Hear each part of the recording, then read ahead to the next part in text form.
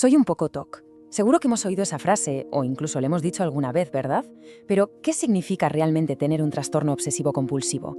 Bueno, pues hoy vamos a ir mucho más allá de los estereotipos para desmitificarlo y entender de verdad el ciclo que lo define. A ver, pensemos un momento. ¿Quién no ha vuelto a casa para comprobar si había cerrado bien la puerta? ¿O a quién no se le ha cruzado por la cabeza un pensamiento rarísimo y totalmente inoportuno? Es algo súper común. La cuestión es, ¿en qué momento exacto esa pequeña duda, esa manía, se convierte en un bucle del que es imposible salir y que empieza a dominarlo todo? Justo en esa línea es donde vive el TOC. Vale, para entenderlo a fondo, este es el plan. Primero, vamos a meternos de lleno en el llamado círculo vicioso del TOC. Después veremos la diferencia clave entre una obsesión y una compulsión. Luego, intentaremos responder a la pregunta del millón: ¿cuándo un simple hábito pasa a ser un diagnóstico? Y finalmente, analizaremos de dónde puede venir y, lo que es más importante, cuál es el camino para salir de ahí.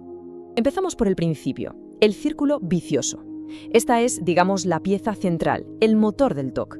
Es un bucle que se alimenta a sí mismo y, claro, entender cómo funciona es el primer paso para poder romperlo. El corazón del TOC es este ciclo, que es implacable. Todo empieza con una obsesión, ese pensamiento que no quieres tener y que te genera una ansiedad tremenda. Para calmar esa ansiedad aparece la compulsión, esa acción que sientes que tienes que hacer. Y sí, consigues un alivio, pero es que es un alivio muy corto. Al final, lo único que hace es reforzar la obsesión original y el ciclo vuelve a empezar casi siempre con más fuerza que antes. Y para entender bien ese círculo, hay que separar sus dos componentes clave: la obsesión por un lado y la compulsión por otro.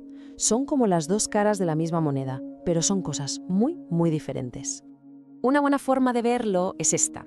La obsesión es la tormenta que tienes dentro, ese pensamiento que se cuela sin permiso y te angustia. La compulsión es el intento desesperado por encontrar un refugio, la acción que haces para intentar que la tormenta pare, aunque sea solo por un ratito. Y ojo, que no estamos hablando de las preocupaciones normales del día a día. Hablamos de pensamientos que son como un disco rayado en la mente. El miedo a contaminarse, dudas que te paralizan sobre si has apagado el fuego, o esa necesidad de un orden perfecto que, si se rompe, provoca una ansiedad que es abrumadora. Y claro, la respuesta a esa angustia son las compulsiones. Y es importante entender esto. No se hacen por placer. Lavarse las manos sin parar, comprobar la cerradura 20 veces, colocar los lápices por colores de una forma milimétrica. Son actos que nacen de la desesperación para intentar neutralizar esa amenaza que la obsesión ha creado en la cabeza. Entonces, la gran pregunta es, ¿dónde está la línea? ¿Qué diferencia una persona que es, muy meticulosa de una persona con un diagnóstico de TOC? Pues una de las claves es el tiempo y el impacto que tiene en la vida.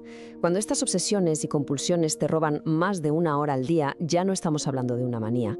Es que se convierte en una especie de trabajo a tiempo parcial, no remunerado, que te impide hacer tu trabajo de verdad, estar con tu gente y simplemente vivir con un poco de paz.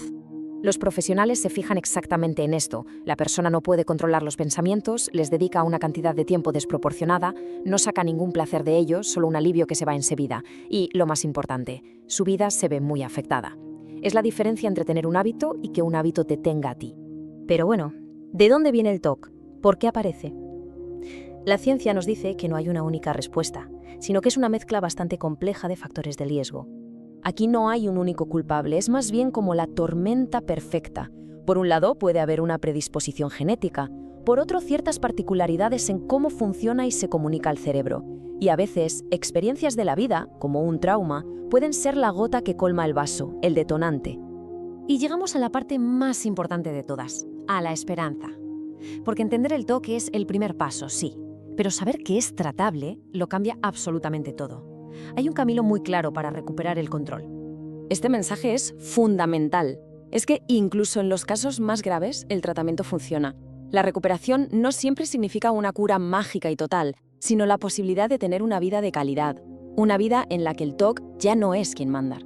Y ese camino empieza con pasos muy concretos, muy manejables. Lo primero, hablar con el médico de cabecera, más que nada para descartar otras cosas. Después, que nos deriven a un profesional de salud mental para una evaluación completa. Y a partir de ahí, crear un plan de tratamiento totalmente personalizado. Los tratamientos que han demostrado ser más eficaces suelen combinar dos frentes. Por un lado, la psicoterapia, y en especial una técnica con un nombre un poco raro, EPR, o exposición con prevención de respuesta. ¿En qué consiste? Pues en enfrentarse poco a poco a los miedos, sin hacer la compulsión. Así se rompe el ciclo. Y por otro lado está la medicación, como los antidepresivos y ECRS, que ayudan a regular la química del cerebro, a bajar el volumen de esa alarma interna. Y cuando los tratamientos más habituales no son suficientes, la ciencia sigue avanzando y ofrece más opciones.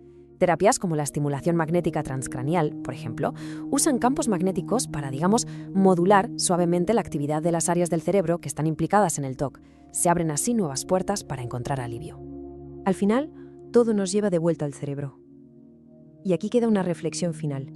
Si sus circuitos son capaces de crear un bucle tan complejo y tan angustiante como el del TOC, ¿no demuestra eso también la increíble capacidad que tiene para reaprender, para adaptarse y, en definitiva, para sanar? Quizás esa sea la mayor fuente de esperanza de todas.